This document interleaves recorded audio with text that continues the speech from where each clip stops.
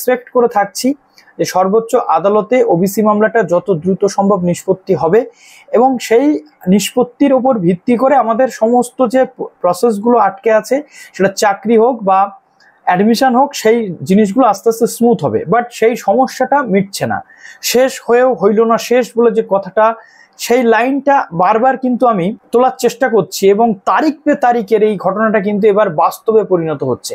সিনেমাতে আমরা দেখেছি তারিখ পে তারিখ, কিন্তু এক্ষেত্রে কিন্তু সেটাই হচ্ছে। এত এত ক্যান্ডিডেট সমস্যাতে পড়ে আছে, প্রতিটা মুহূর্তে তারা দুশ্চিন্তার মধ্যে আছে। আজকে সুপ্রিম কোর্টে যে হিয়ারিং হওয়ার কথা ছিল ওবিসি মামলা, সেটা হচ্ছে না।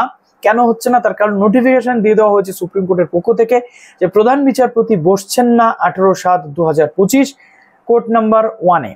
কেন? তার কারণ আমরা প্রত্যেকে জানি যে প্রধান বিচারপতি অসুস্থ ছিলেন। তাহলে এবার ভবিষ্যৎ কি হবে ক্যান্ডিডেটদের?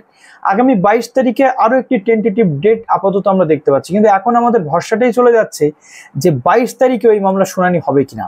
কিছু কিছু সোর্স থেকে আমরা জানতে পারছি যে এই মামলা নাকি এই জুলাই মাসে আর হিয়ারিং নাও হতে পারে, অগাস্টের প্রথম উইকে এর হিয়ারিং হতে পারে।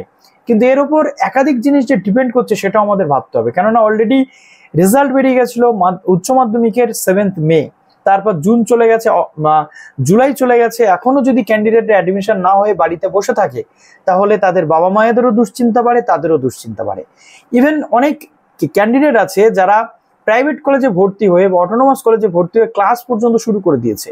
তাহলে আমাদের রাজ্যে একটা নির্দিষ্ট এডুকেশন সিস্টেমের মধ্যে এক শ্রেণীর ক্যান্ডিডেটরা এগিয়ে যাচ্ছে, ডেভেলপ করছে, আর বাদবাকি অন্যান্য শ্রেণীর ক্যান্ডিডেট যারা তারা কিন্তু পিছিয়ে থাকছে। এটা আমাদের কাছে একটা সত্যি লজ্জা।